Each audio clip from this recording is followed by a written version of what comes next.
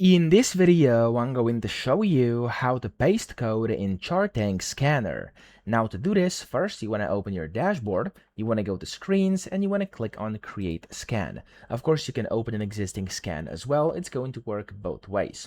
So in here, to actually paste your code, first of course you want to copy it. So you want to find the code and copy it, whatever that may be, or you can write it yourself or whatever. I'm gonna go to my new tab where I actually have some code pasted. That's for a filter. So I'm gonna go and hover over it, highlight it, right click and copy, and then you want to go in here, and when it's copied on your clipboard, like in my case it is because I've just copied it, you want to go to down here where you can see it says stock passes all of the etc, and you can then go and not click the plus button but click on this button, which is going to paste copied filters or groups, and that's going to paste your code. Okay, if you have multiple, it's also going to work. I'm just going to keep it that way. I'm going to click on paste, and there we go. As you can see, it actually did paste in my code, and it created the filter from the code I had written over here.